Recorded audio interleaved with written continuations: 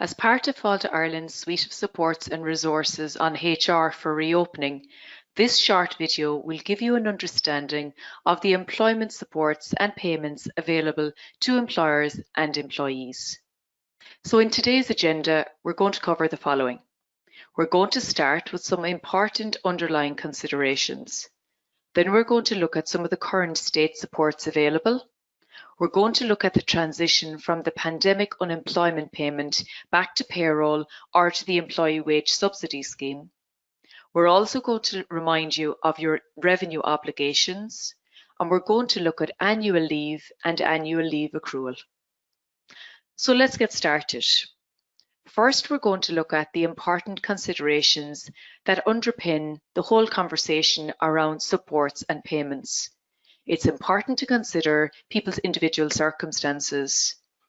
Some people may be experiencing financial hardship at the moment, and it's important to engage with people sensitively and privately in this regard. It's also important to keep our employees informed and proactively communicate any changes or the roadmap in relation to the business and their employment going forward. It's also important that we consult proactively with our employees so they feel involved, included, and listened to at this difficult time. And finally, underpinning all areas of HR is the importance of empathy and ensuring we're compassionate at this difficult and uncertain time. We're delighted to confirm the government has confirmed the following in relation to the extension of the PUP and the temporary wage subsidy scheme. These dates are outlined here. Next, we're going to look at the state support options that are available. Firstly, we have the enhanced COVID-related illness benefit. Then we have the short-time work support. We have the COVID pandemic layoff payment, and we have the temporary wage subsidy scheme. So let's discuss each of these.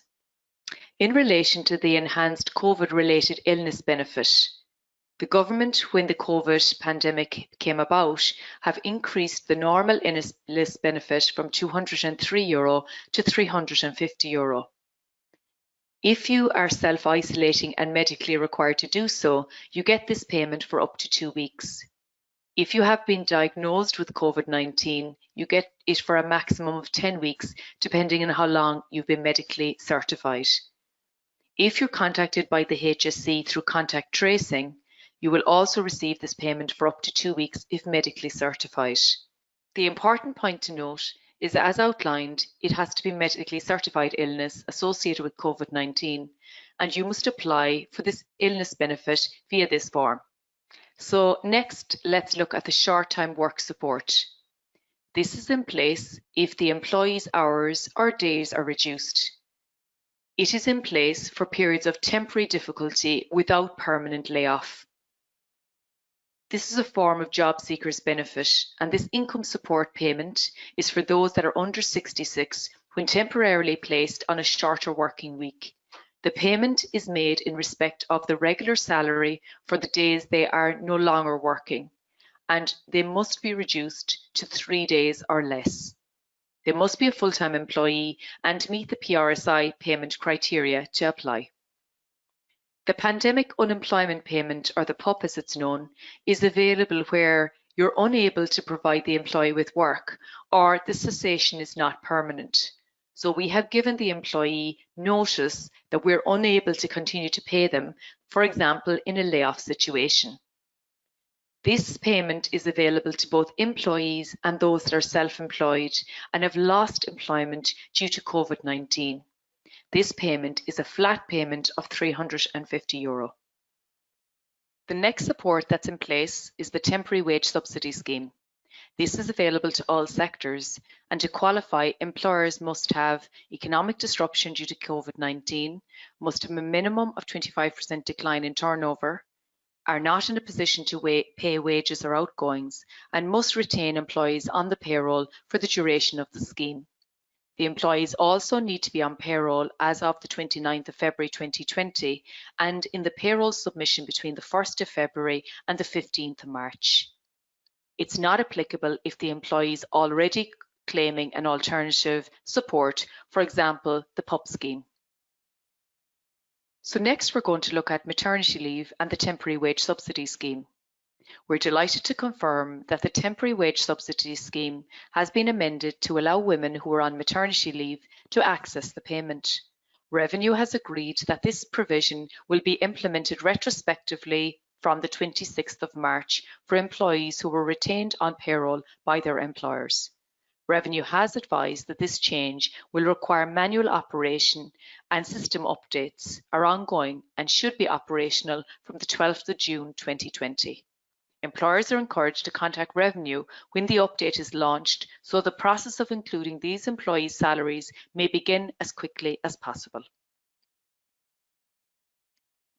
So if we look at the differences between the two schemes, so for those that are on the PUP, it is a flat rate of $350 for all employees. These employees are not available for work as their contract has been paused as they are on layoff. However, with the temporary wage subsidy scheme, employees are available for work and need to be flexible, which means that you could get your employees, for example, to do the return to work training that we've already discussed in another video. The decision on which is applied is at the discretion of the employer. So if you need to transfer an employee from the pandemic payment and they come off layoff and they're now being transferred to the employee wage subsidy scheme, you need to consider the following when transitioning employees from one scheme to another. Firstly, after you have given verbal communication of this change to the employee, follow up in writing. We know how important the paper trail is in this regard. Next, address proactively any concerns or refusals to transition the employee may have at that stage. Next, remind employees with information in relation to any tax credit implications. Also, you need to address any absence and payments issues when one employee is moving from one scheme to the other. It's also important to remember Revenue have been providing regular updates in relation to all these schemes and supports. It's important to familiarise yourself with these updates and apply them accordingly.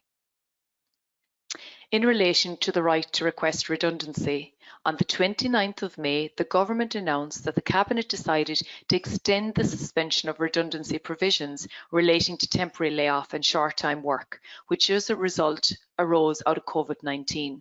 This has been now extended until the 10th of August, which means that an employee can't request redundancy until after the 10th of August. Next, let's look at annual leave accrual and planning. This has been a very topical area during COVID-19. So let's discuss the main areas. First, in relation to layoff. When an employee is on layoff, there's no entitlement to accrue annual leave. If the employee, however, works over 1,365 hours in 2020, they are entitled to 4 weeks holidays pro-rata to the hours they work. The same applies in relation to short time.